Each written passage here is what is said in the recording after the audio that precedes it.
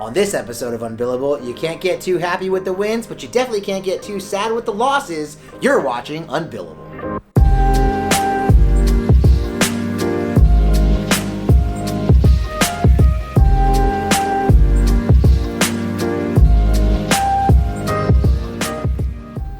Oh, wow. What? We gotta go to Heirloom Craft Kitchen. It's official. The Amir's Patty Melt Special. My client has launched a Patty Melt Special. I'm just seeing the post for the first time. It says, join us this week, Heirloom Craft Kitchen in India. We've done 2 episodes, I think, there now. It's called Amir's Patty Melt Special. I like patty melts. I love patty melts. I also like them a little spicy, so they named it after me, and they say it's a little spicy, just like me. Your choice of all-natural burger or impossible patty. Melted cheddar and onions, signature fried ketchup and mustard on locally made sourdough, finished with sriracha mayo for a little kick. You're not legally required to enjoy it, but we think you will anyways. This is awesome.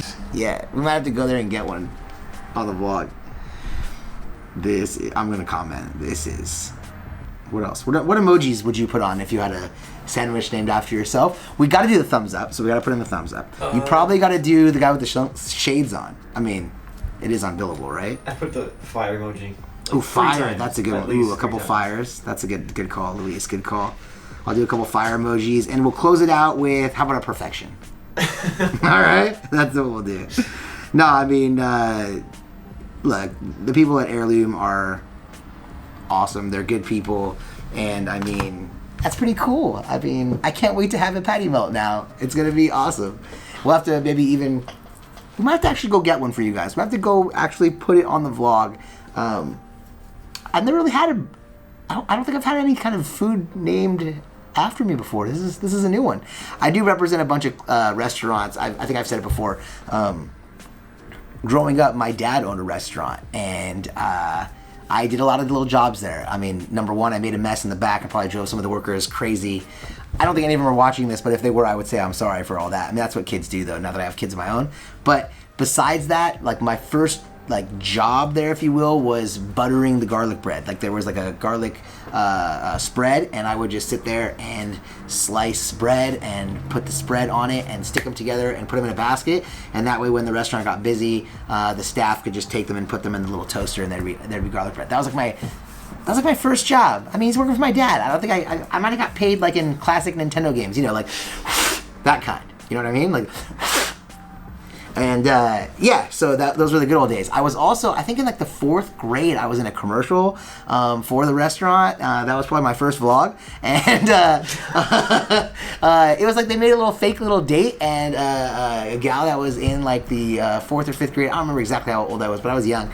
And so we had like a little fake date at the restaurant. That was the commercial for the restaurant. But it was cool. It was always fun being the child of a restaurateur. I would walk in after school a lot of times and, you know, pour myself a Coke with the Coke gun, you know, tell my dad it was diet because he didn't want me having all the sugar, but it was always the real stuff.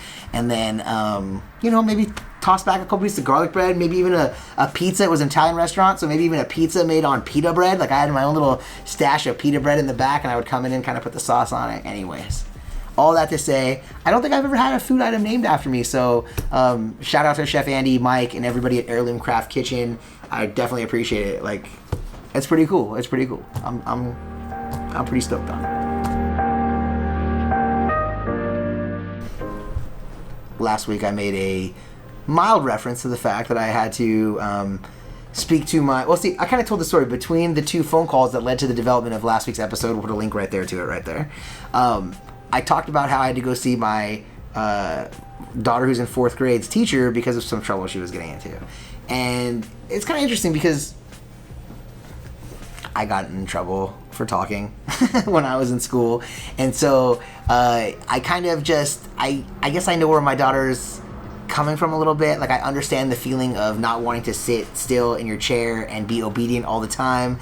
And I don't really want to I don't want to kill that in her. You know what I mean? Like I don't want to punish her, beat her down into submission to make her a lemming, right? To make her one of the sheep that just goes through. Her uniqueness, her desire to push back, like I think those are traits that my mother had that made her successful, that came down to me, that probably helped me become successful. And so I would rather develop them than just crush them.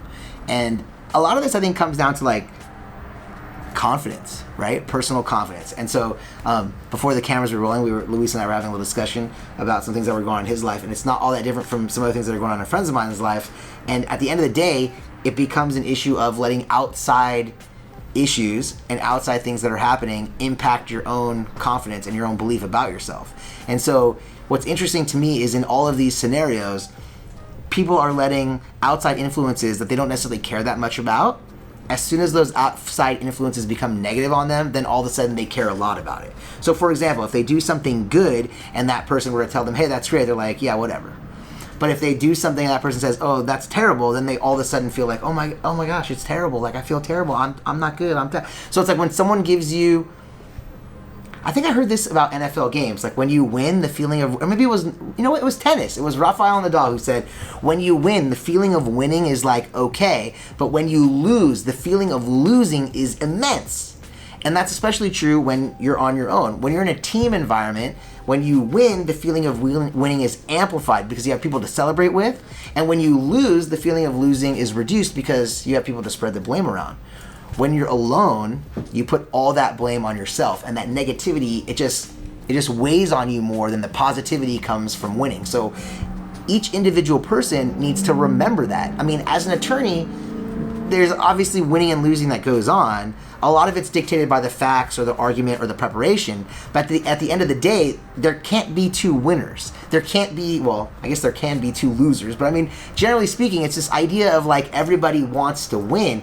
Yet when you win, you give yourself like a limited amount of credit. But when you lose, you like dogpile. And as soon as you become aware of that, as soon as you're cognizant of that, it will really change it'll change the way you let it wear on you.